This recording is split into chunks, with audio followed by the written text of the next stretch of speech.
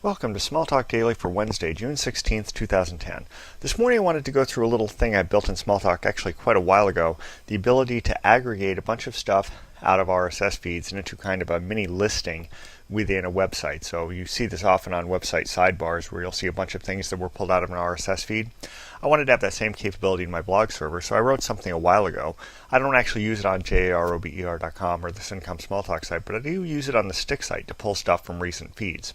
So to show you what I'm talking about, let's go ahead and load the code first. We'll go to the public store repository, and then we'll browse published items. And we're looking for mini aggregator, which is this guy right here.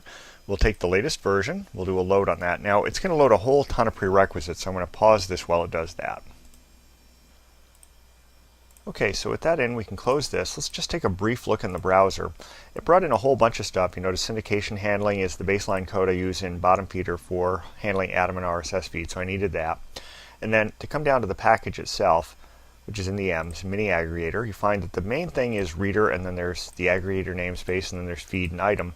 And these are just subclasses of the feed and item things that are in the RSS handling code because I wanted to wrap those for convenience in here. And then this is just the thing that handles reading things into the system. It's easy enough to wrap a process around this to have this happen on a periodic basis. Let's see how it works. First off, let's push this aside, and I'm going to open up a file to take a look at it. We have template.inc, and this is just the template. And all it does is say in between the dollar signs and the hash marks, replace everything you find there with the stuff that comes in, and it's just going to drop that in. And the way it's going to drop it in is as a bullet list, ULLI. You could change the code to do something else, or you can write CSS to handle it any way you want, but that's what I wanted for my stuff. So let's push that out of the way and see what happens. I'm going to do it on feeds.ini. Let's open that up just for jollies and see what that looks like. We'll open up feeds.ini, and you see here I'm telling it pull the latest 2 items from this feed, the latest 5 items from that feed, and that's really all there is to this. You can have any number of feeds you want, different number of things from each feed, and there's a filter capability I'll get to in a minute. So let's go ahead and try this though on the feeds.ini for this template that I showed you, and then drop it out to that file. So let's go ahead and do that. Let's do it. And it's going to take it a moment to read those, and then that's done. So let's go ahead and find the finder. I'll find out.html.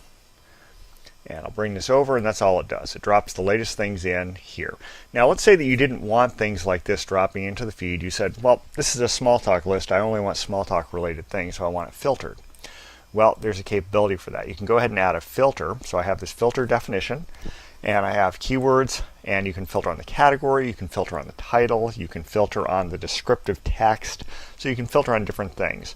So let's go ahead and try that. Let's expand this window a bit. We'll try the same thing, but adding the filters, and do exactly the same thing here. Let that run. Now we'll take a look at the way this looks now. Double click on it again, bring this into the view, and now you see that a bunch of those things are gone, and we have some Smalltalk specific things, Seaside Tutorial, JavaScripted anchors, and so on. So we filtered out the cruft that we didn't want in the list and put in just the stuff we wanted. So it's a capability I built for the Stick site, and it's something that I'm thinking of using on my own personal blog. And it's something that's, I think, useful for any blog, any system that you need to pull RSS stuff in and maybe add it to some running system. It doesn't have to be a website. It could be a local thing running in your client GUI even, because you're just pulling stuff off the web and tossing it in, or even off the intranet. So that's about it for today. Until next time, have fun with Smalltalk.